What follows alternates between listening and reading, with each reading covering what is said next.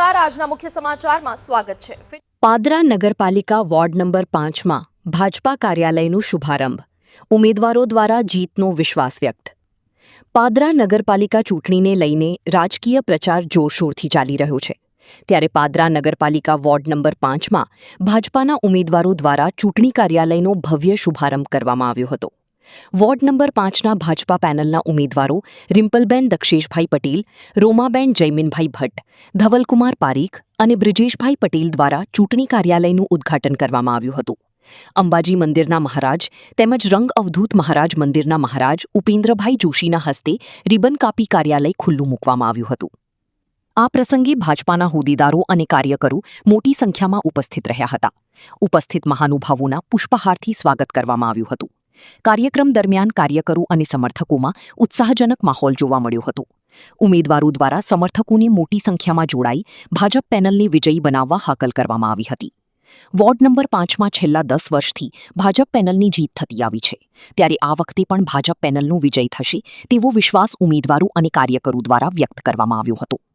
કાર્યાલયના શુભારંભ સાથે વોર્ડ નંબર 5માં ભાજપાનો ચૂંટણી પ્રચાર વધુ તેજ બન્યો છે અને કાર્યકરોમાં ભારે ઉત્સાહ જોવા મળી રહ્યો છે। આજ રોજ વોર્ડ નંબર 5ની અંદર જ્યારે મુખ્ય કાર્યાલયનું ઉદ્ઘાટન રાખવામાં આવ્યું છે, જેની અંદર અમારા એવા અંબાજીના મહંત શ્રી અને રંગ અવધૂત પરિવારમાંથી ઉપેન્દ્ર કાકાના એમના હાથેથી આજે ઉદ્ઘાટન કરવામાં આવ્યું છે। સાથે આજે વોર્ડ નંબર 5ની ફેરીનું પણ આજે આયોજન કરેલ છે, જેથી કરીને ભારતીય જનતા પાર્ટીના વોર્ડ નંબર 5ના 4 ઉમેદવાર જંગી મતથી જીતે એ માટેનું આજે આહવાન કરવામાં આવ્યું છે। જય હિન્દ, જય ભારત। આજ રોજ પાદરા નગરમાં વોર્ડ નંબર 5માં ભારતીય જનતા પાર્ટીના કાર્યાલયનું ઓપનિંગ કરવામાં આવ્યું છે। એની અંદર વોર્ડ નંબર 5 એ સંતોની ભૂમિ છે। અમારા અંબાજી મંદિરના મહારાજ હેમંતભાઈ અને રંગ અવધૂત મંદિરના મહારાજ ઉપેન્દ્રભાઈ જોશી ના વરદ હસ્તે આજે કાર્યાલયનું ઓપનિંગ કરવામાં આવ્યું છે। વોર્ડ નંબર 5 ભારતીય જનતા પાર્ટીનો વરેલો છે।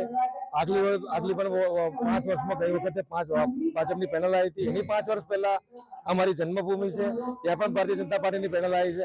આ ઘડીએ પણ ભારતીય જનતા પાર્ટીનો જંગી બહુમતી વિજય થવાનો છે, નક્કી છે, અને મતદારો ભારતીય જનતા પાર્ટીને મત આપવાનો પણ નિશ્ચિત છે।